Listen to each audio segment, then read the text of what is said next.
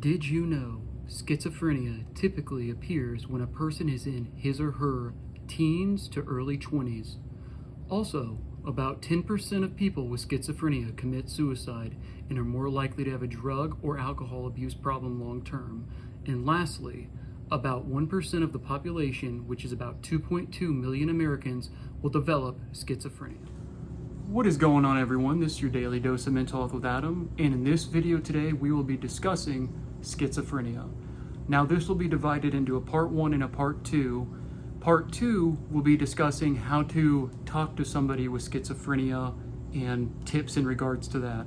Part 1 is going to be all about what schizophrenia is, and also I'm going to be going over some basic tips on how you can assist or help a loved one. But part 2 will specifically be about how to speak to somebody with schizophrenia. It makes it a lot easier instead of just doing part 1 in regards to how do you talk to somebody. I felt like it would be better to go ahead and do part 1 that has a background in regards to what schizophrenia is, and it'll be a lot easier to understand. Sorry this video is coming out a little late, but I do anticipate part 2 to be coming out this weekend. But let's jump right on into it. Please like and subscribe to the channel. I greatly appreciate it. We've passed 300 subscribers, which is awesome. And lastly, leave a comment if there's anything you're wanting me to cover as well. But let's jump right on into it. Schizophrenia, part 1. Okay, so let's start with what is the definition of schizophrenia? Schizophrenia is a disorder that affects ability to think, feel, and behave clearly. Now, before I go any further, let's go ahead and give a little bit more context in regards to this broad definition of schizophrenia. So, the exact cause is not known. However, a possible combination of genetics, environmental, and altered structure or brain chemistry may play a role. A lot of times what I've seen is, in particular, is this genetic right here, this aspect right here is huge. Meaning, if you have a family history of schizophrenia, or if, for example, you're noticing different signs and symptoms or abrupt changes in behavior of yourself or a loved one, that would be an indicator in regards to needing to go seek help to see what's going on. But in particular, genetics is huge. So if you have a family history and you noticed abrupt changes in behavior, you should go see a medical doctor or psychiatrist to see what's going on, because as I'll speak, early intervention is key in regards to treating schizophrenia. Also, it has been shown that drug use, so when you're in your teens to early 20s or 30s, drug use in regards to different, altered structures in brain chemistry can play a role in regards to developing schizophrenia, but that would be probably with a combination of the genetic aspect or environmental aspect in regards to if you could possibly develop schizophrenia or a loved one could develop schizophrenia. Also, some symptoms. So this would be if somebody is actively in psychosis, or they've never had medical treatment, seen a therapist, or if they're in a relapse mode in regards to schizophrenia. So active symptoms include delusions, hallucinations, disorganized speech, and trouble thinking. Also with that, I put lack of motivation. So if you notice any of these symptoms, or a loved one, or for a loved one, if you're noticing these symptoms, in particular, the delusions of grandeur and hallucinations are some of the most important to recognize. Also, disorganized speech, yes, if they're just making no sense when they're speaking. Or another big one, as I said, is lack of motivation. So if you notice a big change in regards to one day, or they're active,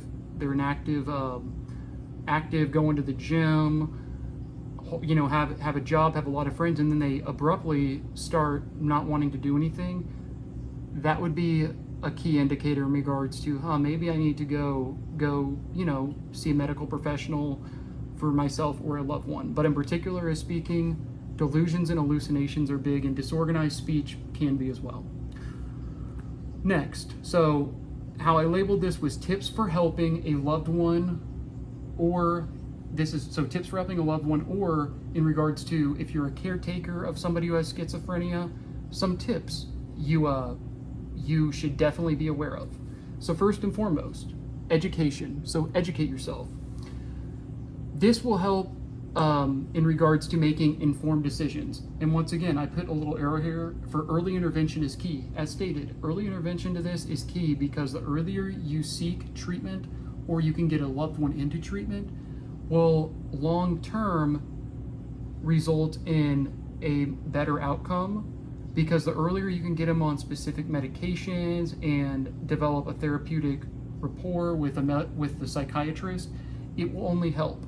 It will only help. So making sure, in my opinion, education of what schizophrenia is and educating yourself with your psychiatrist and psychologist or even counselor, they will all help you make informed decisions on what the next step is. Next one, I'm just going to say reduction in stress, because, and this goes for the person who's suffering from schizophrenia or even the family that surrounds the person with schizophrenia / caretaker. The reason why I say stress, you want to reduce your stress, it's because it can cause flare-ups for somebody with schizophrenia.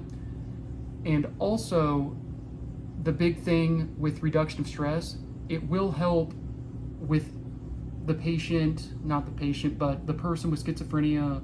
It will help them develop structured routines and help if they're in a structured environment. So if they're in a structured environment, that actually will really help reduce their stress.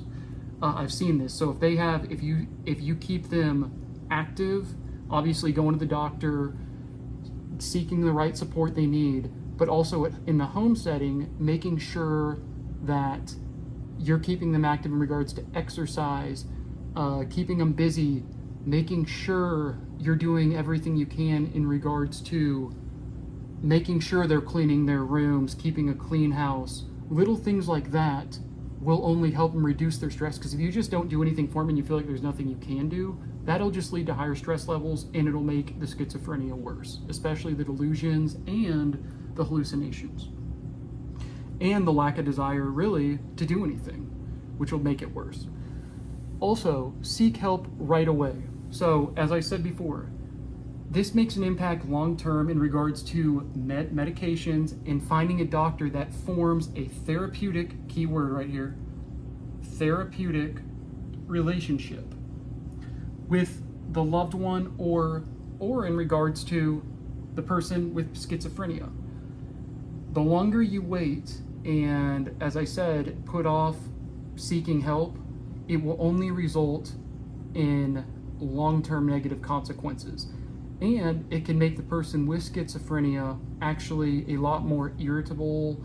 It can make them more aggressive. However, a lot of times, one aspect I'll jump into in the next video I do in regards to talking to somebody with schizophrenia, a lot of times they are not aggressive. And that's one thing that people really need to understand, is they're not aggressive. However, if you're not supporting them or they don't have the support they need, that can lead to aggression, because a lot of times that'll lead to them using drugs, which can make them aggressive. And what I mean by drugs is street drugs. Next one, be collaborative.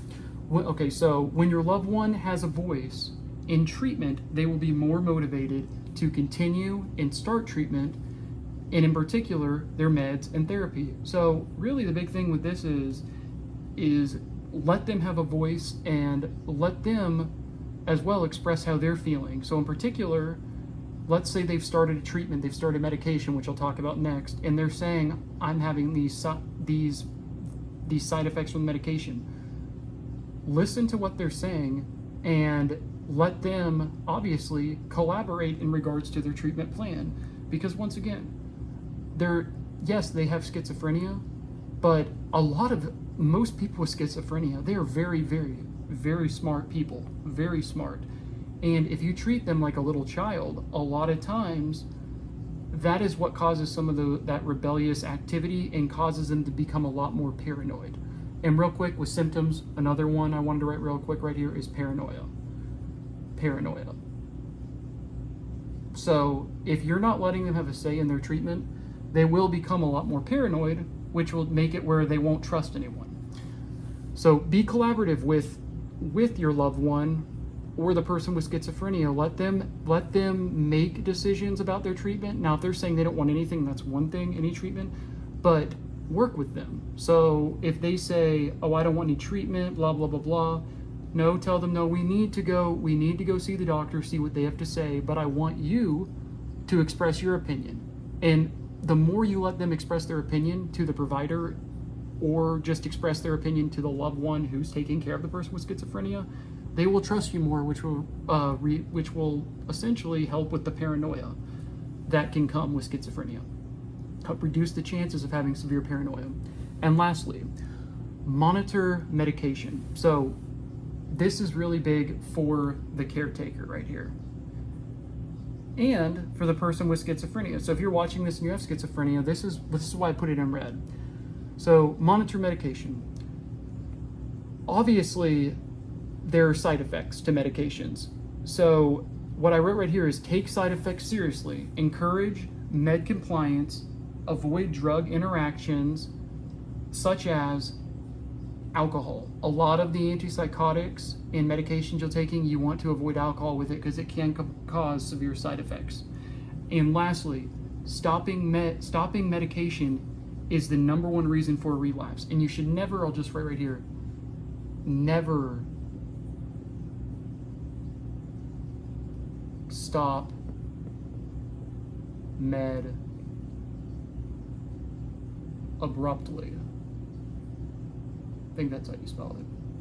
You never want to stop the med abruptly, because that will actually ultimately lead to, as it says here, a relapse, or you can go back into the active state of schizophrenia.